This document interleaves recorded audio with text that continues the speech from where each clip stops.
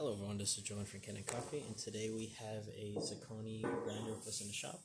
These grinders are made in Italy and they're meant to go with the lever Zaconni machines. It came in for just general tune-up pretty much on the machine, where we deep cleaned the entire brew chamber, replaced both of the burrs as you can see here.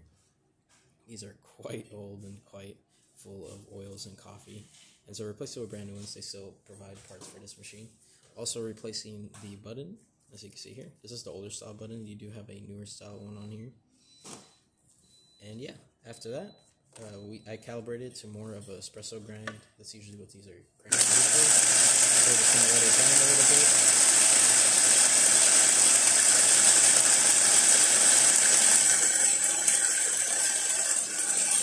You want to grind all the coffee out just to get it pretty nice and intense.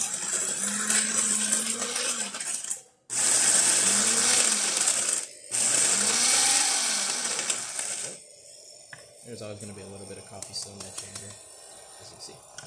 Yeah, a nice, pillowy espresso grind.